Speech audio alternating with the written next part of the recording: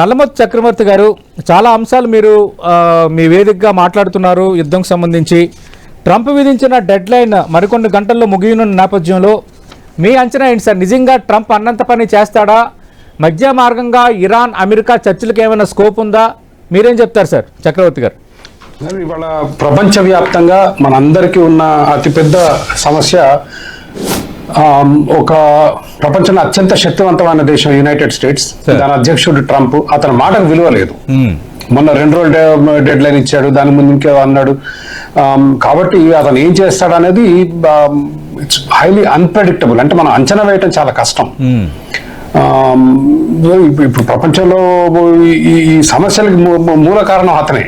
There is no consistency. అతను ఇష్టం వచ్చినట్టు చేస్తాడు. అయితే ఇరాన్ మీద దాడి చేయడానికి కొన్ని ముఖ్యమైన సమస్యలు ఉన్నాయి ఈరోజు. అంటే అమెరికా వైపు నుంచి కనుక మనం ఆలోచిస్తే దీంట్లో రెండు ఒపీనియన్స్, ఒకటి pro America and pro Iran.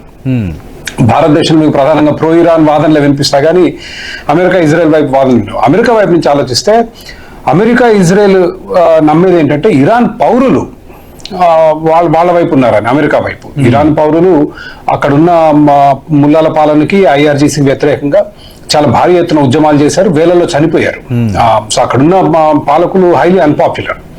Iran మీద బాంబులు వేయడానికి వచ్చిన సమస్య ఏంటంటే ఇరాన్ పౌరులు మనకు మద్దతు తెలుపుతున్న పౌరుల మీద బాంబులు ఎట్లా ఇస్తాం? ఒకటి, వాళ్ళని మరిన్ని కష్టాలకు గురి చేస్తే, ఇప్పటికే వాళ్ళు చాలా అష్ట కష్టాల్లో ఉన్నారు. ఎందుకంటే ఇరాన్కి వచ్చే ఆయిల్ ద్వారా వచ్చే రెవెన్యూ చాలా వరకు ఈ టెర్రరిస్ట్ అవుట్ఫిట్స్, ఇది హమాస్, హెజ్బొల్లా, హూతీస్ లాంటి వాళ్ళకి అక్కడున్న గల్ఫ్ రీజియన్ లో ఈ హింసాత్మకమైన చర్యలు, వీటికి ఫండింగ్ కి ఇరాన్ ఎక్కువగా వాడుతుంది. దాని మూలంగా ఇరాన్ ఆర్థికంగా వెనకబడింది. పక్కనున్న గల్ఫ్, ఇప్పుడు మీరు సౌదీ అరేబియా, యుఏఈ, ఖటార్, కువైట్ ఇట్లాంటి దేశాలతో పోలిస్తే ఇరాన్ బాగా వెనకబడింది. ఎందుకంటే వాళ్లకు ఆయిల్ సంపద విపరీతంగా ఉంది, కానీ ఆ ఆయిల్ సంపదని వాళ్ళు సరైన మార్గాల్లో వినియోగించడం లేదు.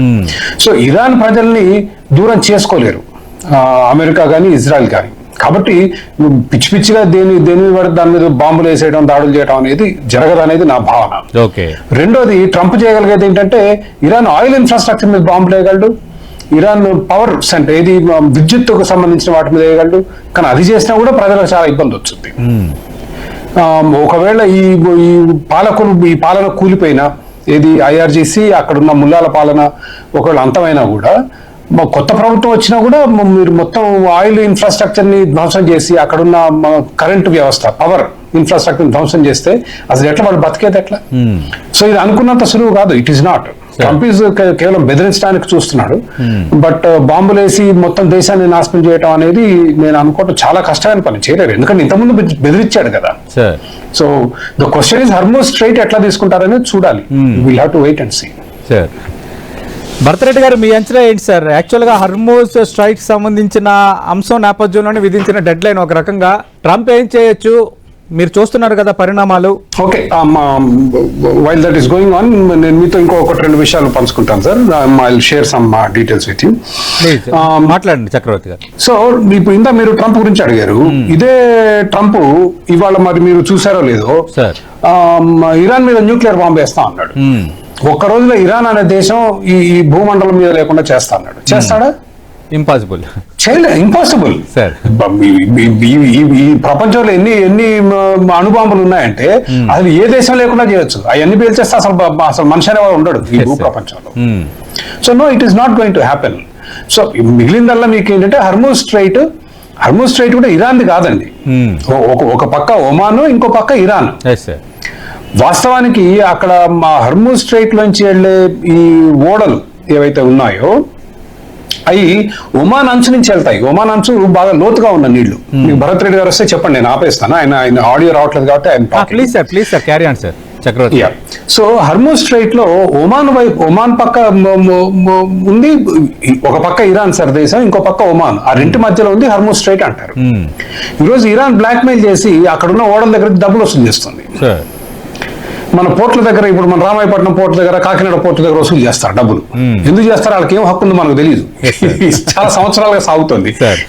ఏ ఒక లారీ కాకినాడ పోర్ట్లోకో రామాయపట్నం పోర్ట్లోకి పోవాలంటే మీరు హఫ్తా చెల్లించాలి. ఎందుకు చెల్లించాలి ఒకటి తెలియదు. It's illegal. అట్లాగే అక్కడి నుంచి పోయే ప్రతి షిప్ కి ఇరాన్ డబ్బులు వసూలు చేస్తుంది. ఇన్ఫాక్ట్ ఆ షిప్లు ఒమాన్ దగ్గర నుంచి వెళ్తాయి. దాన్ని సెక్యూర్ చేయాలి అంటే బూట్స్ ఆన్ ద గ్రౌండ్, అంటే అమెరికా సైనికులు దిగాలి ఎటు ఇరాన్ వైపు నుంచి. ఇరాన్ దాడులు ఎక్కడి నుంచి వస్తాయి మీకు? ఆ షిప్పుల మీద ఇరాన్ వైపు నుంచి వస్తాయి. సో అమెరికా వాళ్ళకి ఇప్పుడు ఇరాక్ అనుభవం, ఆఫ్ఘనిస్తాన్ అనుభవం తర్వాత ఇక్కడ దాదాపు 7-8 వేల మంది చనిపోయారు అక్కడ అమెరికన్స్ ఆ యుద్ధాల్లో. సైనికుల్ని భూమి మీద దించడానికి కొంత సంకోచిస్తారు. సో ట్రంప్కి ఇప్పుడు ఉన్నదల్లా ఏంటంటే హార్మూజ్ స్ట్రైట్ ఓపెన్ చేయాలని. అది ఎంతో, ఎందుకంటే 20% ఆయిల్ అక్కడి నుంచి ప్రవహిస్తుంది ప్రపంచానికి, ప్రత్యేకంగా భారతదేశం. మనకు మీరు మ్యాప్ లో కనుక చూసుకుంటే హార్మూజ్ స్ట్రైట్ మనకు చాలా దగ్గర ఉన్న ఇతర దేశాలతో పోలిస్తే. హార్మూజ్ స్ట్రైట్ నుంచి బయటకు వస్తే డైరెక్ట్ మన ఇండియాకే వచ్చేస్తుంది. మీరు గీత తీసుకుంటే స్ట్రైట్ లైన్ మనకు దగ్గర కాబట్టి మనం అక్కడి నుంచి ఎక్కువ గల్ఫ్ దేశాల నుంచి మనకు ఎక్కువ వచ్చింది. సో దాన్ని ఎట్లా చేస్తారనేది will have to wait and see. కాకపోతే ట్రంప్ కూడా ఏమవుతుందంటే అది అతని ముఖం చెల్లదు ఇప్పుడు. ఇప్పుడు ఉన్న సిచ్యువేషన్ ఏంటంటే ఇన్నిసార్లు అన్న తర్వాత కూడా ఏమి చేయకపోతే నవ్వురు పాలవుతాడు. కాబట్టి I think he will do something. Will have to wait and see. అది ఎంత అంటే న్యూక్లియర్ బాంబ్ అనే అదే అంటున్నాను. మనము అతను చెప్పింది సీరియస్ గా తీసుకుంటే there is nothing we can. అసలు న్యూక్లియర్ బాంబ్ ఏంటి? అసలు ఇరాన్ వాళ్ళు చేసింది ఏంటి? న్యూక్లియర్ బాంబ్ అంటే న్యూక్లియర్ బాంబ్ అదే సార్ అంటారు కదా సార్, మాటలు కోటలు దాటుతున్నాయి, మరి చేతలు ఏంటి అని చూడాలి. So will have to wait and see. Bharat Reddy